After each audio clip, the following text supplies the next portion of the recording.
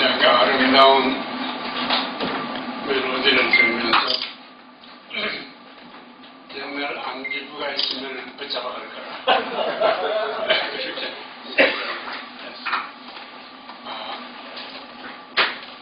내가 오늘 설교하는 것도 옛날이면은 장작잡이 위에 올라가 불타 순교할 수밖에 없는 그런 설교예요.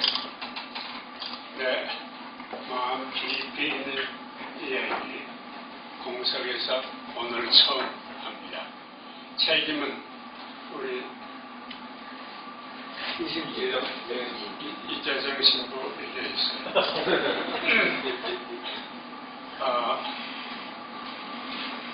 3.1절 선언에 우리가 동학에 있다. 이런 얘기를 하니까 그러면 동학과 우리 민족과 성서가 어떤 관계가 있느냐 하는 것을 설교에다가 그렇게 부탁했어요. 이것은 굉장한 부탁입니다.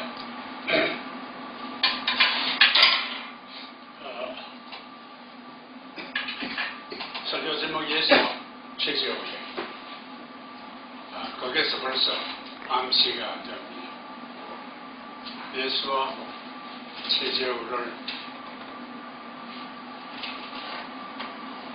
쌍둥이라고 하면 어깨가 있을지 모르겠는데 예수가 훨씬 먼저 나서니까 그 밑을 헤쳐보면 한 하나님에게 뿌리를 뒀다 하는 결론이 나옵니다. 우리 선교사들이 와서 적국교회들이 예수를 믿어야 구원을 얻는다. 그때도 솔라피데라고 해서 구원은 길은 예수밖에 없다. 그렇게 말했어요. 물론 여기서 구원이란 말이 문제가 됩니다. 저 안경 좀 주세요.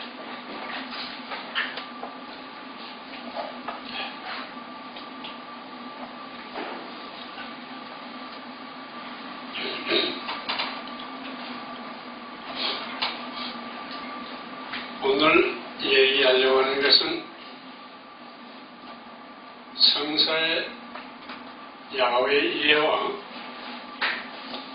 최재우가 만났던 네 속에 하나님이 계시다고 하는 하나님과가 같은 분이다. 이런 결론입니다. 그러니까 이 얘기는 성서의 야훼 하나님에 관한 얘기부터 하는 수밖에 없습니다. 창세기 도전 김성근 목사도 잠깐 언급했지만 2장에서 11장 사이에 야훼 하나님이 어떤 분이요? 그와 우리 인류 역사가 어떤 관계가 있느냐 하는 것을 밝혀줍니다. 땅에 물이 없어서 마른 땅인데 샘이 솟게 하고 진흙을 만들어서 사람의 육체를 만들었어요. 그 육체는 다시 땅으로 돌아가는 육체다. 그렇게 말합니다. 그 육체에 하나님의 생명의 영을 불어넣어서 그 속에 생명의 영을 불어넣어서 산 사람이 되게 했다. 그렇게 말했습니다. 그러니까 우리는 흙으로 돌아갈 몸과 하나님의 생명의 영이 들어와서 우리가 되었어요. 두 가지 요소가 있습니다. 계시에도 마찬가지예요.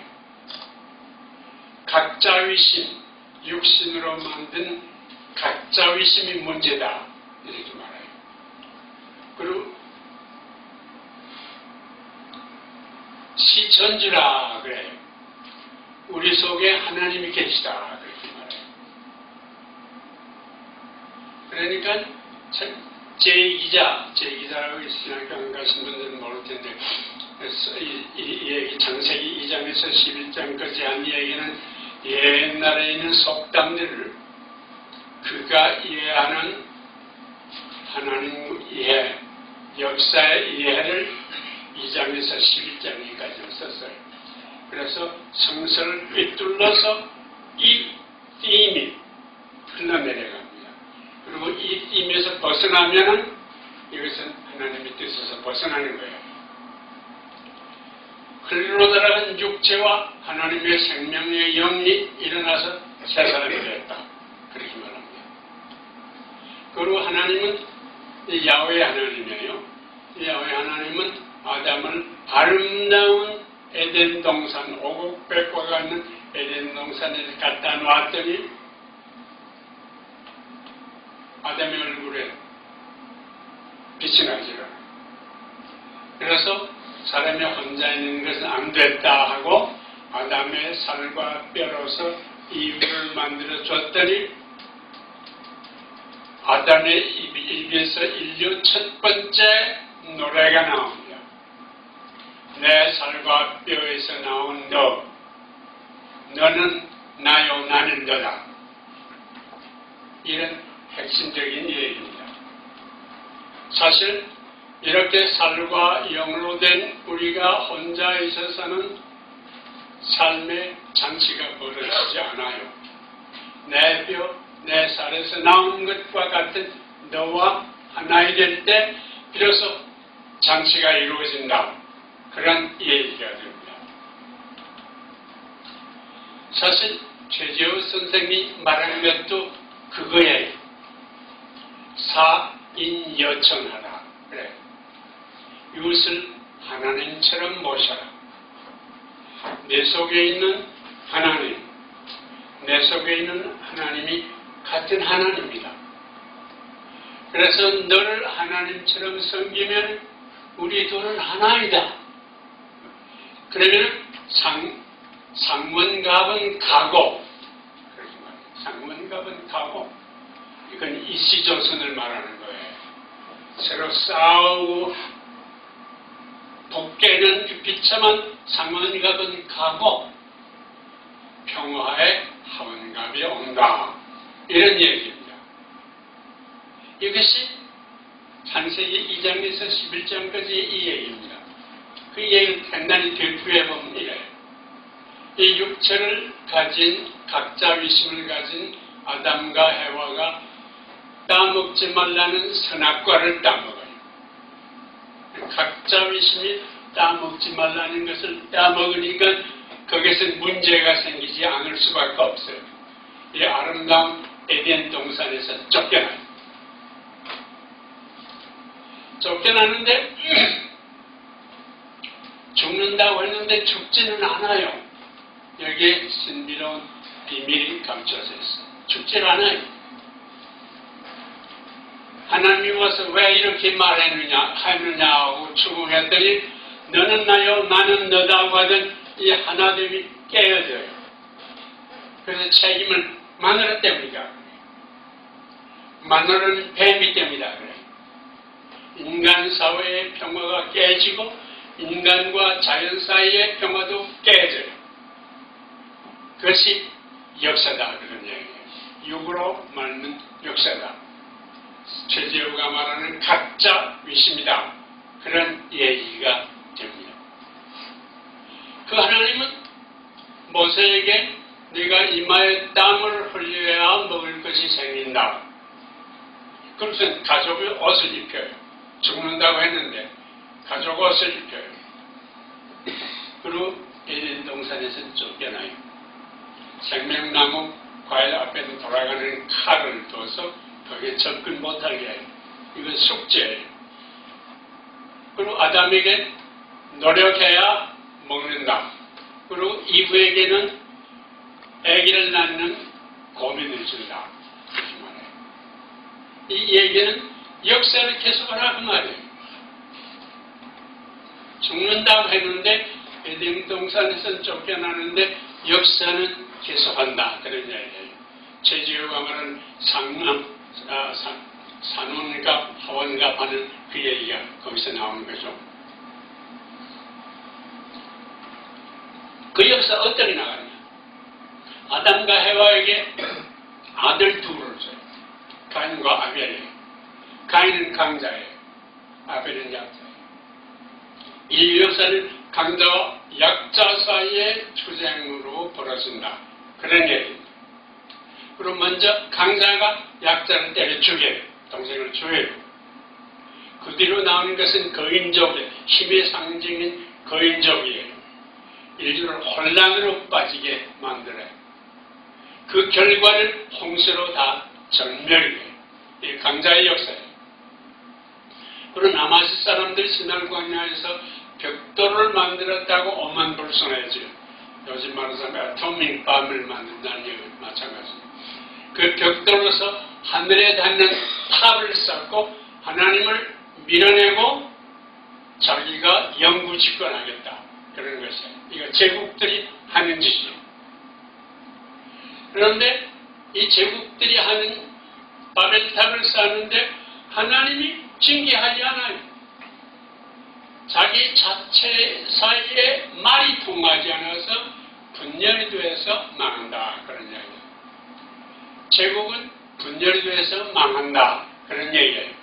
그것이 강자의 얘기예요. 이 제2자는 솔로몬 시대에 쓴 사람인데 서양 학자들은 제2자는 다윗 왕조의 동정자다. 그렇게 말해요. 완전히 틀렸다고 하는 거예요. 강자는 망하게 된다. 그거예요. 그러면 아벨의 얘기를 합니다. 아벨 대신으로 하나님이 이게 제2자의 얘기예요. 셋을 아브라함과 아담과 헤와가 졌다. 약자예요. 그리고 이 세대 후손이 약자의 후손이 비로소 여호와를 예배하게 된다. 이렇게 말해요. 그러니까 제2자는 확실히 약자 편이에요. 이건 역사가 아니에요. 제2자가 본 하나님 이해해요. 그래서 셋의 후손에서 노아가 나오고 아브라함이 등장해요. 다 약자예요. 그리고 아브라함의 후손을 통해서 민족이 서로 축복하게 되리라. 이렇게 말해요. 그러니까 이 제2자가 본 하나님은 약자를 길러서 그들을 통해서 야훼 하나님을 섬기게 한다. 우리 창세기 2장에서 11장의 이 얘기로 본다면은 셈의 후손이 에덴 동산을 회복한다. 그런 얘기입니다. 근데 그 다음에 이 얘기가 역사로 갑니다. 근데 역사도 사실은 요즘 역사처럼 쓴 것이 아니에요. 한 300년 동안 구전해 내려온 것을 제2자가 정리했어요. 그러니까 제2자의 신학이 거기 들어가 있는 거예요. 날강변에 세계 방방곡곡에서 쫓겨난 떠돌이 하빌이라고 불러요. 하빌들이 모여서 나일강변에서 살려고 했는데 강자 바로가 노예로 만들었어요. 피라미드를 짓고 궁전을 짓고 화롭게 살아요. 그러니까 다시 강자와 약자의 얘기가 나옵니다. 그런데 이 약자가 수백 년 동안 그렇게 지났는데 바로 왕이 이 약자들 자꾸 번식하는 것을 보고 불안해져서 남자애들 나오면 다 죽여라. 강자에게선 생명이 문제가 안 돼요. 자기의 권력을 보호하는 것이 문제예요. 그래서 모세라는 인물이 나옵니다. 나일강에 던짐을 받습니다. 이것은 죽음을 상징하는 것입니다. 그런데 이 모세의 어머니와 누이와 공주, 이 여성 세 사람이 인정으로 살아납니다. 궁중에서 살아요. 모세가 궁중에서 나서 자라면서 모세의 심정이 어떠했겠느냐 하는 것을 여러분 한번 상상해 보세요. 자기 동족들이 비참하게 살지 않습니까? 모세의 마음이 아파납니다. 이 아파난다는 말이 굉장히 중요합니다. 아플 줄 모르는 사람은 소망이 없어요. 약자를 보고 아플 줄 모르는 사람에게는 바벨탑과 같이 무너집니다. 모세는 아파합니다. 그리고 묻습니다. 왜 이런 악이 있느냐? 왜 이 세상은 이렇게 됐느냐? 구하고 찾고 묻습니다. 그러다가 봤더니 바로 왕이 마음이 변해질 까닭이 없어요. 그 주변에 있는 사람들이 다 호의호식을 해요. 까닭이 없어요. 소망이 없어요. 그래서 모세는 결단합니다. 탈출합니다. 탈출한 말이 내 신학에서 중요한 말이 되는데 탈출해요. 젊은이기에 애굽 병사를 때려 죽입니다. 그러나 역효과가 납니다. 자기 동족들도 피합니다. 이 모세하고 접촉했다는 위태하거나 피합니다. 갈 데가 없어요. 그래서 미디안 광야로 도망갑니다. 40년 동안 미디안 광야에서 사는 모세의 심정을 생각해 보세요. 나는 한 20년 동안 미국에서 살면서 모세의 심정을 이해할 수 있어요. 한국에서 되어지는 것을 보면서 요즘 내 신학이 거기서 나왔는데 사실 계속해서 거기서 고민하면서 구하고 찾고 새내일의 문을 두드립니다. 그러다가 애굽에서 음성이 소식이 오는데 그동안 찍소리 못하고 살던 하비리들이 아우성을 치기 시작한다 그거예요. 그것은 우리도 인간이라 이럴 수가 있느냐 하는 각이 생겼다 그런 얘기예요. 아우성을 쓴다 그런 얘기예요. 그 소식을 들은 모세의 심정이 어떠하게 되느냐 생각해 보세요. 금방 달려가고 싶죠. 그럼 달려가서 어떡합니까? 이렇게 고민하는 모세를 하나님이 시내산에서 만납니다. 시내산에서 만나서 애굽으로 가라. 제가 어떻게 갑니까? 내 하라는 대로 해라. 해서 야훼 하나님이 설계를 주셨어요. 40년 동안 고민한 모세에게 한 설계도를 주셨어요. 내가 너와 같이 있을 테니까 가서 그 백성들을 끄집어내서 애굽에서 탈출을 해서 가나안 땅에서 젖과 꿀이 흐르는 평화의 공동체를 이룩해라. 내가 너와 같이 있습니다.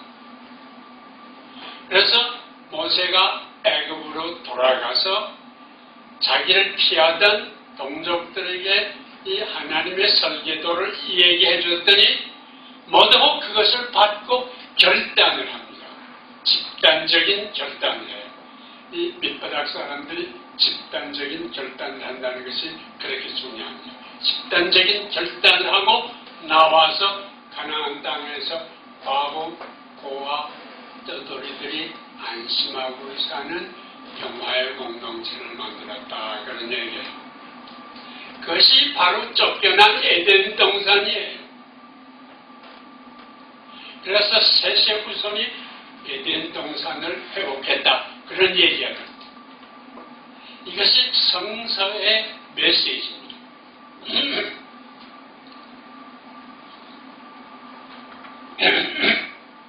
그 다음부터 정말 역사가 이루어져요. 다윗 왕조가 나와요. 다윗 왕조는 다윗은 이때까지 우리 교회에서 다윗을 성궁이라고 부르죠? 아니에요. 반역자예요. 왕을 가지지 말라고 했는데 왕을 가졌어요. 왕을 가지지 말라고 한 야훼를 자기의 수호신으로 만들었어요. 수호신이라는 것은 왕의 탐욕에 하고 싶은 것을 집행해 주는 자예요. 그러니까 이 야훼 하나님을 자기의 노예로 삼았다 그러는 얘기예요. 완전히 역행을 했어요. 그러면서 싸워요. 투쟁을 해요. 이겨요. 나를 모신 성전에 와서 고맙습니다. 이해해 줘서 고맙습니다. 그러거든. 그래서 야훼 하나님을 전투의 신으로 만들었어요. 출애굽 사건 보세요. 바벨탑이 무너질 때 야훼는 손가락 하나 깜짝하지 않았어요. 자체가 깨진 거예요. 하나님은 약자들이 깨어나서 역사의 주인이 되도록 이끄시는 분이에요. 근데 모세는 야훼를 전투의 신으로 만들었어요. 그래가지고 하고 싶은 일 마음대로 하는 것이에요. 창세기 10편 2편대로 돌아가서 보세요. 처분이 없어요. 그것이 대관식 때 하는 노래는 신이에요. 이 땅을, 이 나라를 다 너한테 준다. 철퇴를 가지고 나가 부셔라. 그렇게 말해요. 그것이 대관식 때 하는 노래입니다. 시간이 없어서 내가 읽어드렸으면 좋겠는데. 그러면서 솔로몬은 거기에 플러스 1000명의 마누라를 데리고 와요. 바로의 공주에서. 그리고 그 마누라들이 자기들의 신을 가지고 와요. 솔로몬이 그 신전을 주어줘요. 그러니까 야훼 하나님하고 똑같은 신들이 많이 있는 거예요. 그래서 다윗이 한 짓이 어떤 것이냐 하는 것을 알 수 있어요. 그리고 본래 가나안 땅에는 농업지대이기 때문에 바알 신이라고 하는 농업의 신이 있어요. 그래서 모두 그 신을 섬기거든. 그래서 요시야 왕 때 종교개혁을 하려고 그랬어요. 종교개혁의 목적은 이 다른 신들을 섬기지 말고 여호와만 섬겨라 하는 취지예요. 그러면서 질투하는 야훼의 개념이 생겼어요. 야훼밖에 다른 신을 섬기면 내가 벌한다. 이런 얘기예요. 질투의 신이 거기서 나옵니다. 사사기, 판관이라고 하는데 사사기에 보면요. 그것이 요시야 왕 때 역사를 다시 쓰면서 이렇게 했어요. 사사가 나올 때마다 그 권두에 뭐라고 나누냐면은 이스라엘 백성들이 다른 신을 섬기게 질투하는 하나님이 이방 족속에게 붙였다. 그 말이에요. 수십년은 고생했다. 그런데 회개하고 아우성치니까 하나님이 사사를 보내서 거절을 사사가 나올 때마다 그렇게 말해요. 질투하는 신의 모습이 거기서 명확히 나와요. 이것을 보면서 그것이 다윗 왕조의 문화예요, 사실. 하나님은 다윗 왕을 사랑하시고, 그리고 이스라엘 백성은 선민이고, 성전에 와서 예배드리면 하나님이 영원히 보호해 줄 것이다. 그것이 다윗 왕조의 문화예요. 모두 그 문화를 마시면서 살아요. 그러니까 이사야, 미가, 예레미야 이 세 예언자가 출애굽 전통을 철저히 아는 사람들입니다. 이것을 아주 신랄하게 합니다. 왜 내 성전과 집밥이냐? 너네 제사에는 구역기가 난다. 그렇게 말합니다. 너희는 이 백성들이 피를 뽑아서 예루살렘을 성전하고 너희들이 그대로 나갈 줄 아느냐? 그 욕설을 합니다. 그러면서 이사야는 그러나 야훼는 지금 기다리고 있다. 돌아와서 과부, 고아, 떠돌이들을 섬겨라. 그게 본래 에덴 동산의 정신이에요. 그래도 이 다윗 문화는 요만큼도 변하지 않아. 광야의 야성에 아무도 이 얘기를 듣질 않아요. 문화라는 것이 이렇게 무서워요. 그래서 내려가요. 그래서 요시야 혁명을 하는데 이 혁명도 자기들이 잘못한 얘기는 이런 완구도 없어요. 우상을 생겼다는 것만 문제 삼아요. 그래서 모든 우상 섬기는 성전을 깨끗이 하고 예루살렘에만 와서 예배드려라. 그런 얘기예요. 그래서 예레미야가 나타나요.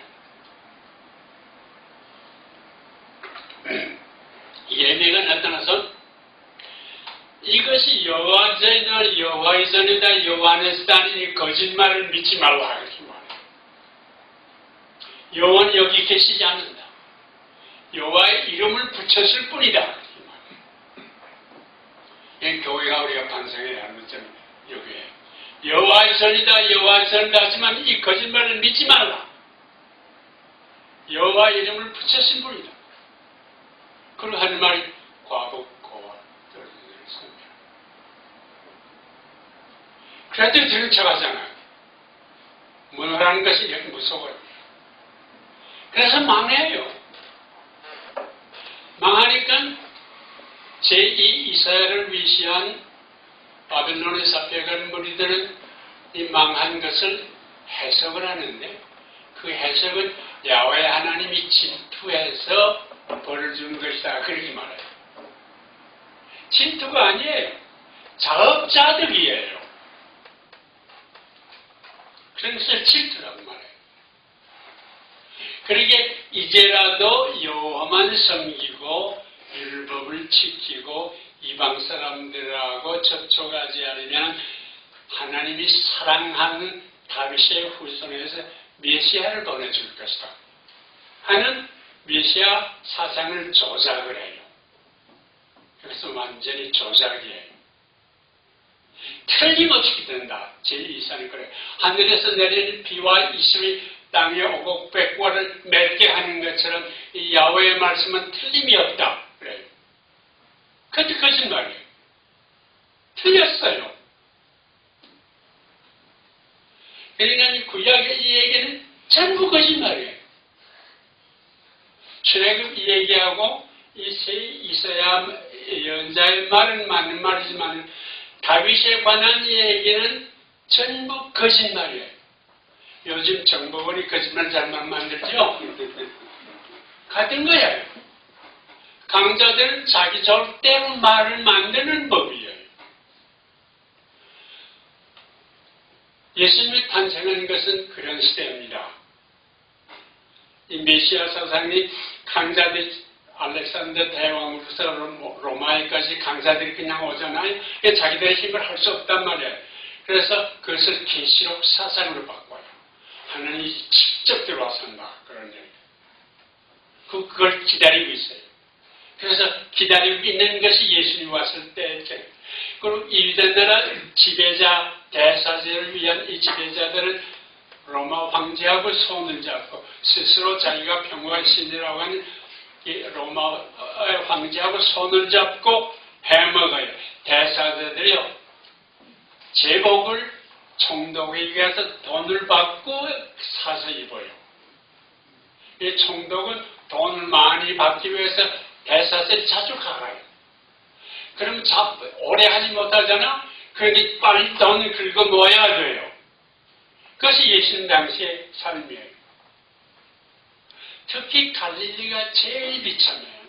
갈릴리에서 나오는 농사가 이스라엘 백성들에게 80%의 식량을 대주는 것인데 거기에 자장로는 거의 없어요. 소장로이 아니면 날품팔이에요. 비참한 게 그지 없어요. 애굽의 하비론 노예하고 마찬가지예요. 이게 역한복이 되는 거예요.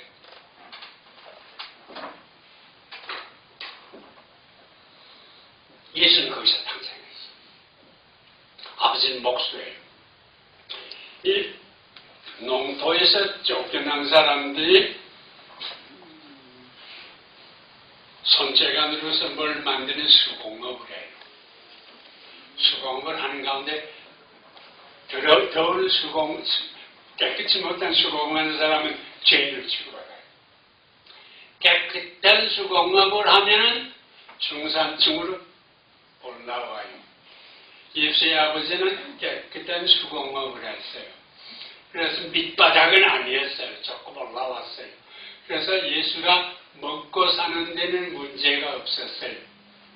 바로가 궁중에서 산 것처럼 살진 못했지만은 먹고 사는 데는 문제가 없어요. 우리 여기 앉은 사람들 대개로 그런 사람 아니에요? 근데 예수님은 아파하기 시작해요. 자기 친구들이 다 쫓겨나 거짓대가 됐거든. 사춘기가 되는데 자기 친구들은 다 열심당이 돼서 투쟁 나가잖아요. 결혼하고 싶었던 여자친구들은 창녀가 되어 나가요. 모두 거식대가 돼요. 이 부드러운 예수님의 마음이 얼마나 아팠겠느냐 하는 것을 여러분 상상해보세요. 그래서 모세처럼 구하고 찾고 문을 두드린다는 말이 나와요. 왜 세상은 이렇게 됐을까? 정의와 평화의 세계는 없는 것인가? 어떻게 하면 그런 세계를 찾을 것인가? 젊은 이 심정에 간절히 그것을 찾았어요. 여러분이 예수님이 제자들에게 구하라 주실 것이요 찾아보아라 만날 것이요 문을 두드리라 열어 주실 것이다 말한 거 있잖아요. 이것은 예수님의 삶이에요. 예수님이 그렇게 살았더니 주셨단 말이에요. 그러니까 너희들도 이제 선교하면 문제가 많을 때 구하고 찾고 문을 두드려라. 그럼 주실 것이다. 그런 얘기예요. 그렇게 하다가 가출을 해요. 가출한 까닭은 요즘 발견한 도마서에서 나와요. 2차 대전이 끝나면서 애국에서 도마서라는 복음서가 나와요. 제자 도마가 썼을 것이다. 학자들이 그렇게 말해요. 아주 거칠은 이게 거기에 이런 얘기 예수가 이렇게 말해요. 너희들이 나를 따라오거든 아버지나 형제자매를 미워하지 않고는 나를 따르지 못한다. 이렇게 말했어요. 그것은 예수님이 아버지, 어머니, 형제자매들을 미워했다. 그런 얘기가 돼요. 왜 미워했느냐? 그 까닭은 야 그러지 마라. 메시아가 오면 나아질 텐데 왜 야단이냐 그거예요. 메시아가 길을 기다리고 가만히 앉아있는 거예요. 그걸 보고 견딜 수가 없었어요.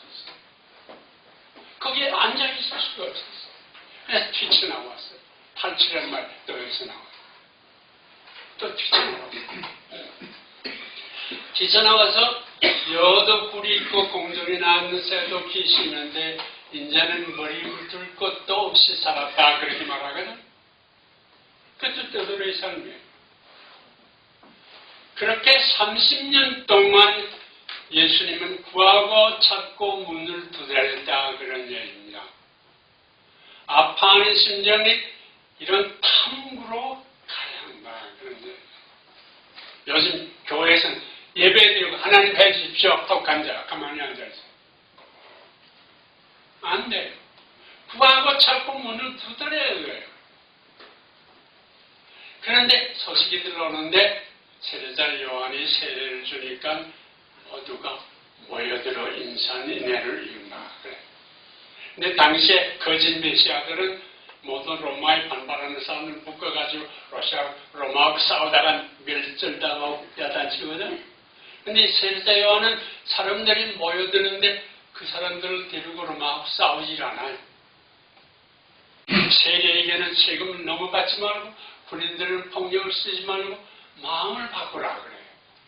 그래서 예수님 다르구나. 마음 바꾸는 것이 문제구나. 그래서 세례요한에게 세례를 받아요. 세례를 받고서 물에서 올라와요. 근데 마가복음을 읽으라는 것을 잘못해서 마태복음을 읽으라 그래서 마가복음에는 물에서 올라오는데 네가 내 마음에 드는 아들이다 이렇게 말해요. 우리 하나님의 자녀라고 그러는데 하나님의 마음에 들다면은 예수님처럼 구하고 찾고 문을 두드려야 한다. 그런 얘기예요. 구하고 찾고 아파하면서 문을 두드리면 내 마음에 든다. 그래서 최재우가 하나님은 내 안에 있다. 이게 최재우가 한 30년 동안 돌을 찾아서 그 아버지가 연락한 준비 안 될 순서가 안 된 말 때문에 이것이 더 좋은 영락한 과거 2번 바닥 낙제했어요. 요즘 대학 시험 친 사람하고 비슷하죠. 2번 다 낙제했어요. 낙제한 게 반드시 머리가 나빠서 낙제한 것이 아니에요. 거기도 뇌물이 있거든. 낙제한 거예요. 그래서 아들이 없어요. 그래서 동생의 아이를 양자로 삼았는데 후에 후처를 얻어서 최재우가 태어났어요. 그냥 서자지요. 머리가 좋거든. 그래서 아버지가 착실히 유교를 갖췄어요. 유교와 통했어요. 근데 아버지가 17살 때 죽었어요. 그러니 땅은 없지, 농사할 줄은 모르지, 어떡합니까? 고민하다가 이 최재우도 가출을 해요. 빈민동 들송에서 한 10여 년 동안 가출해서 고생해요. 절간에도 가보고 여기도 가보고 당시에 국교가 들어왔거든. 당시 한국이라는 것도요, 당시 이스라엘 백성하고 비슷해요. 로마가 일어났어야 당시잖아요. 당시 영국 불란사가 합쳐서 중국에 쳐들어왔어요. 그리고 이제 한국으로 쳐들어오려고 대동강으로 배 타고 들어오곤 했거든. 그러니까 천주교가 들어와서 같이 시작해요. 이 천주교의 얘기도 들어봐요. 그러면서 고민을 해요.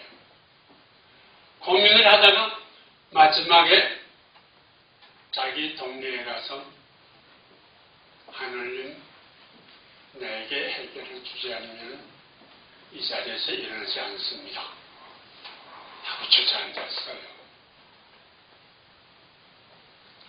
그랬더니 하루는 이 연달랑 다 재고하는데 그냥 얘기합시다.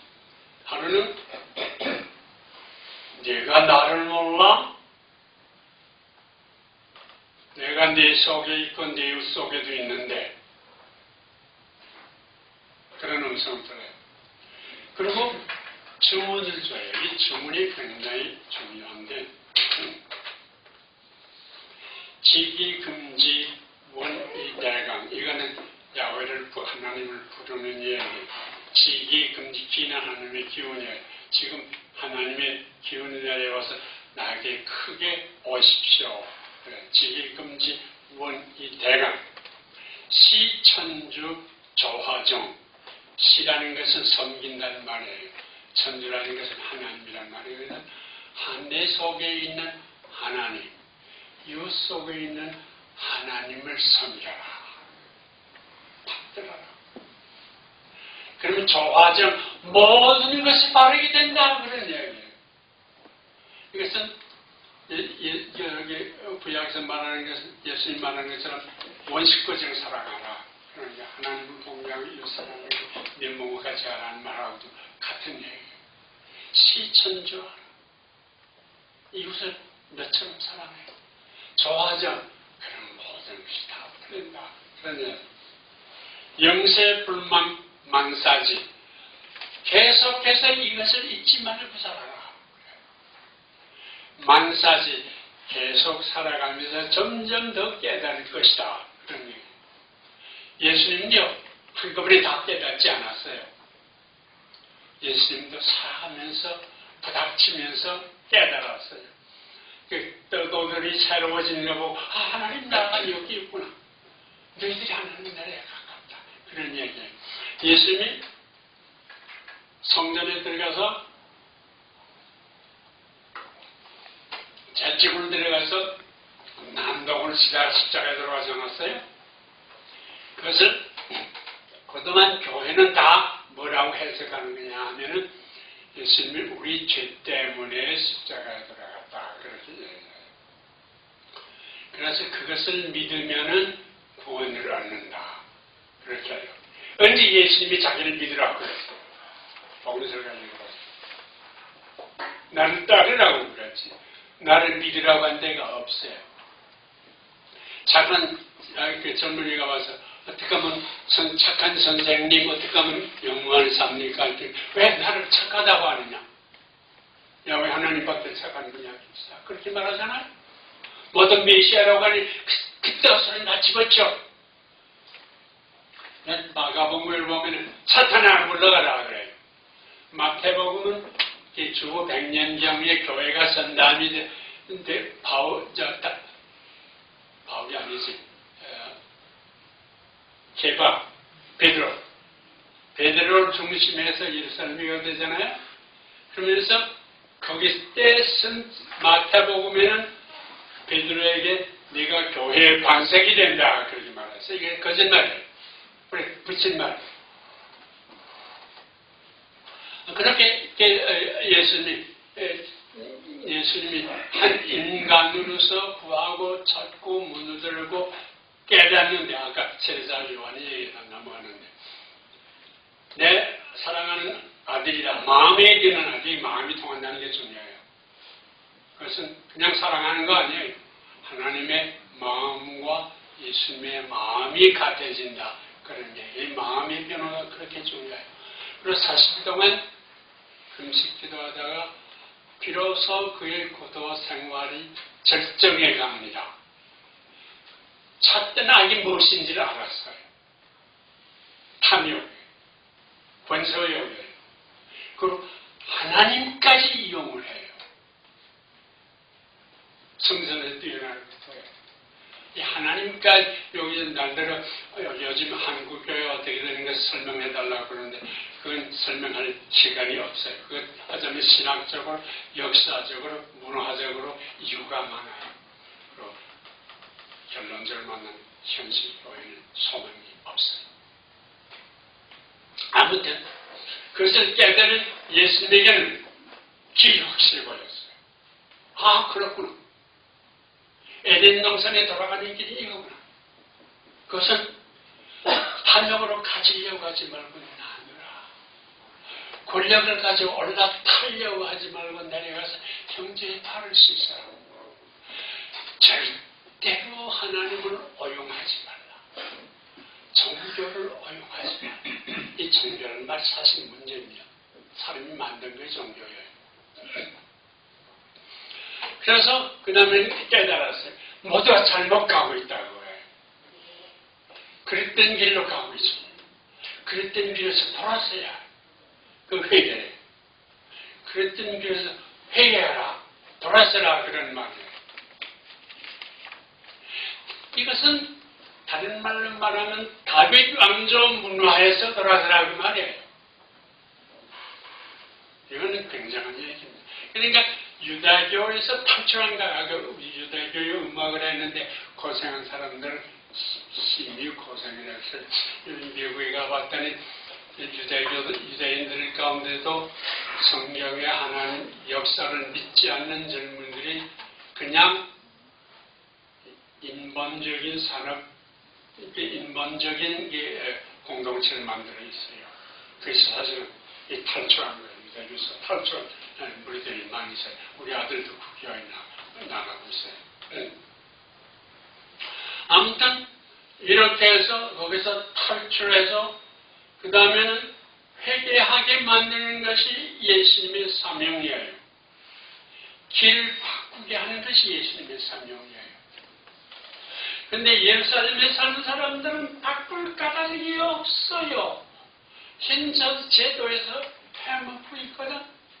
그 현저에서 기어 올라가려고 하는 사람들이 그냥 부자 청년이 바로 그런 사람 아니에요. 그래서 갈릴리를 갔어요. 갈릴리 가서 설교부터 하지 않아요. 그들도 새로운 것을 경험하게 해줘요.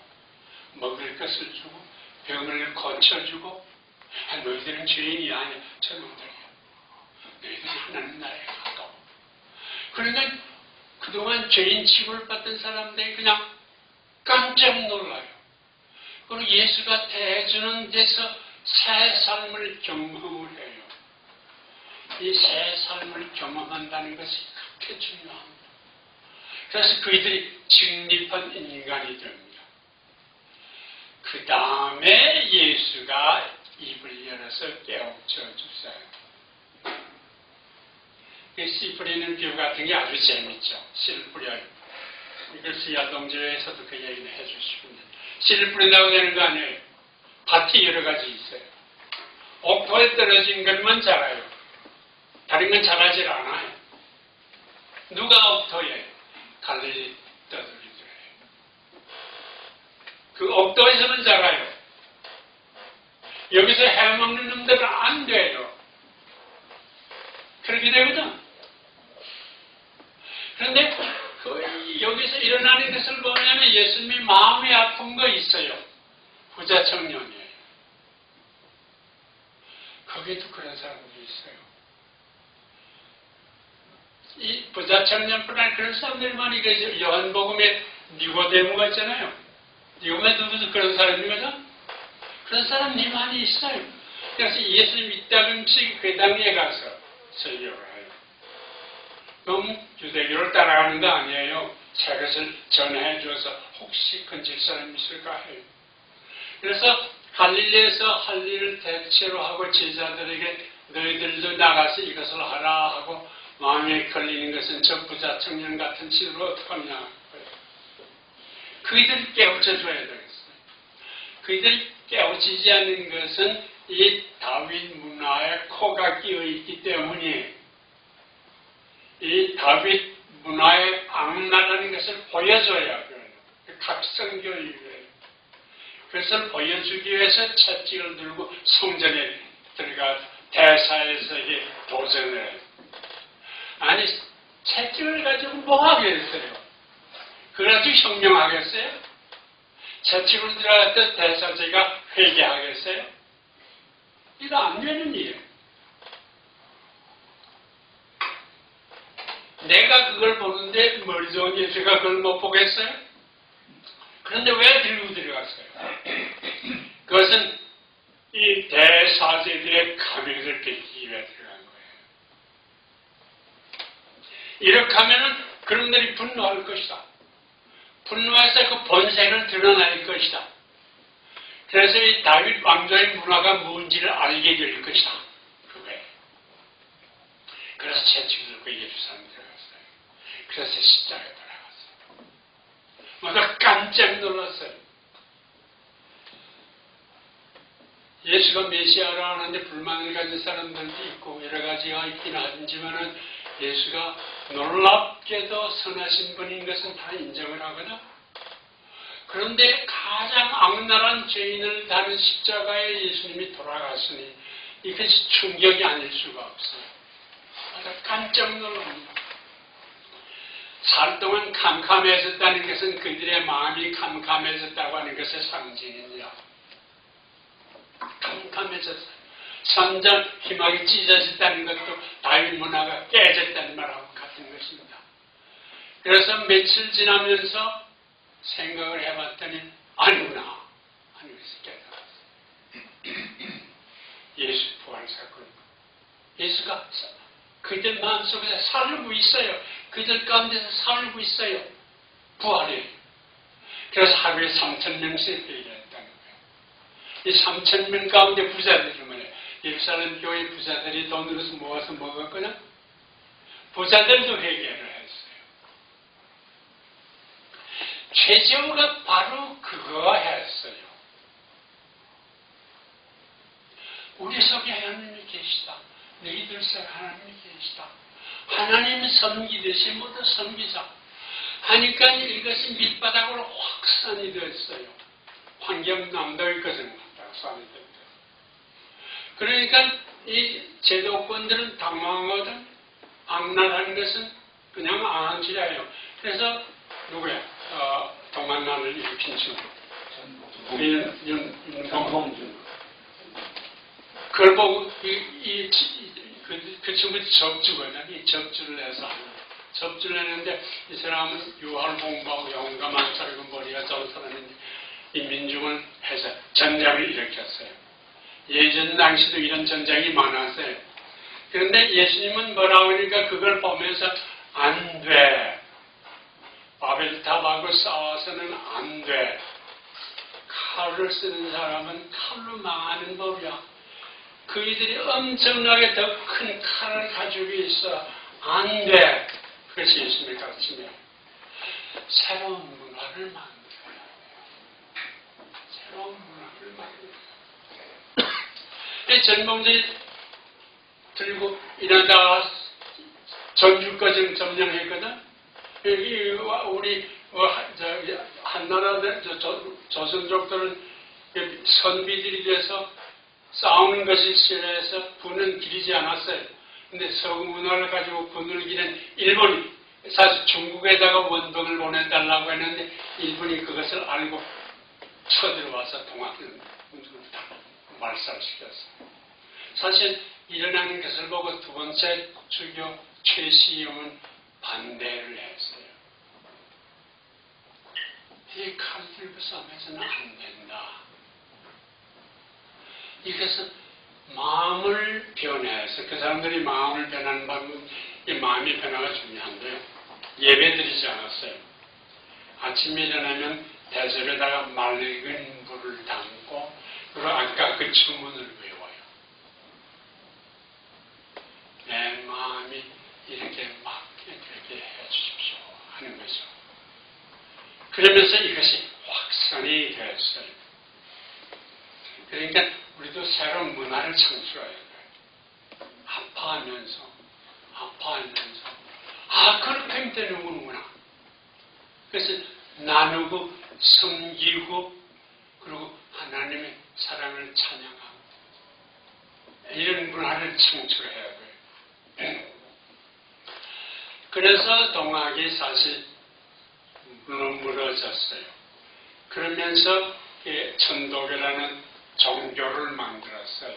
이 종교를 만들면 사람은 이 종교에 매워요. 종교를 키울 생각을 하지 이 생명운동을 하려고 하지 않아요. 그래서 무력하게 종교가 주인이 되어버린 거예요. 이제 기독교도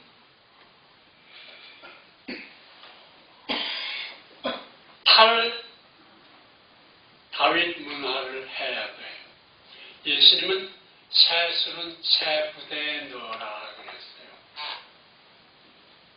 이 낡은 술, 인류를 팽하게 쓰는 술은 안 돼요. 새술을 새로운 무대 속에 넣어야 한다. 그런 얘기예요.